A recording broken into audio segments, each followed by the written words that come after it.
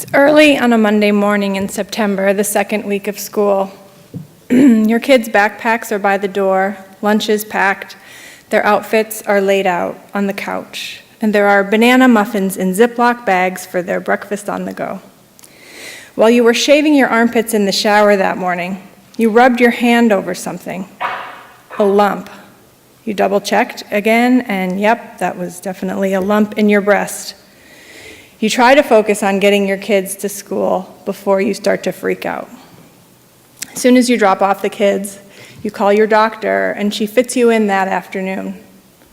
When your doctor feels the lump, you're hoping for, oh, that's nothing. But instead she says, I'm gonna send you for a mammogram in the morning. That night while you're cooking dinner, you try to stop yourself from letting your thoughts get away from you.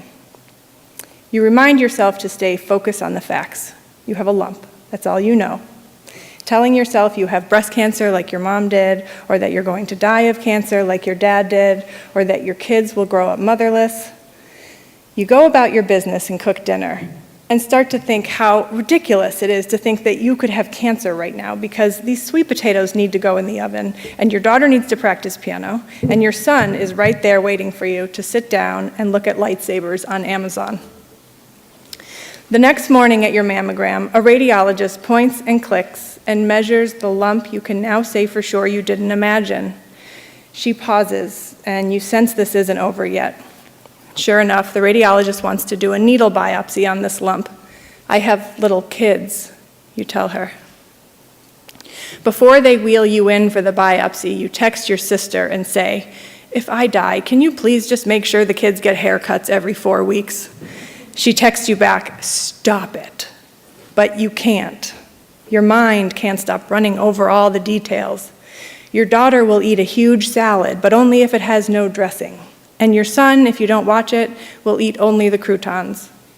Your boy, he's very wiggly, and when he falls out of his chair while eating dinner, you can't laugh or he'll do it again. Your daughter needs you to scratch her back until she's almost asleep. Your son, he acts like he doesn't need you, but he so needs you. Your doctor calls you at work the next week with the biopsy results, and you wait for the word benign, but instead she says that the biopsy was inconclusive, and you feel your face flush with panic when she refers you to a breast surgeon. You're working hard here to keep moving along. Soccer practice, piano lessons, dinner prep, math problems at the kitchen table, but there are moments in the evenings. Your daughter is reading on the couch, or your little boy scrunches up his face while he's scooping ice cream, and even though you are fighting against that urge, you imagine yourself not there, just for a second. You watch these images of them without you. And when you tuck them in at night, you pause there above them, and you think, who else knows every nuance of these faces? You next see the surgeon at the cancer center who does her exam and explains that given your family history, she just can't rule out cancer, and she wants to take the lump out. You actually hold your breath when she says the word surgery. A week later, you walk into the hospital and into the same waiting room where you sat while your mother had both breasts removed because of her cancer. The kids are at school, happily oblivious to this, as you are wheeled into the operating room, oxygen mask placed over your face. For the next few days, you recover on the couch, and the kids snuggle in with you and say, be gentle on the right side of Mama. The surgeon finally calls and says the word, benign. Benign. And in that moment, lying on the couch, you're surprised that what you feel is not victory, not even gratitude yet, but a whole body sadness. For the past month, you have been living in a world where young children can lose their moms, where cancer could rob you of watching your babies grow up, and you can't just blink it away so quickly. And you know better than to say, see, I knew I couldn't have had cancer. You know there is no reason why you were spared this time. You can't stop thinking about the other moms who get the other phone call.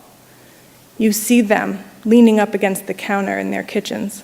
You can hear them saying, but I have little kids. When you pick up your kids from school later that day, you watch yourself as if from above when they both come skipping out of their buildings and grab your hand. You take them home, unpack their backpacks, cut up some apples for a snack before soccer.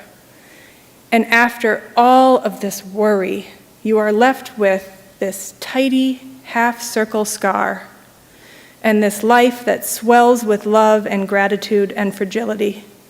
And you have today, and you have tomorrow, and you have these amazing kids.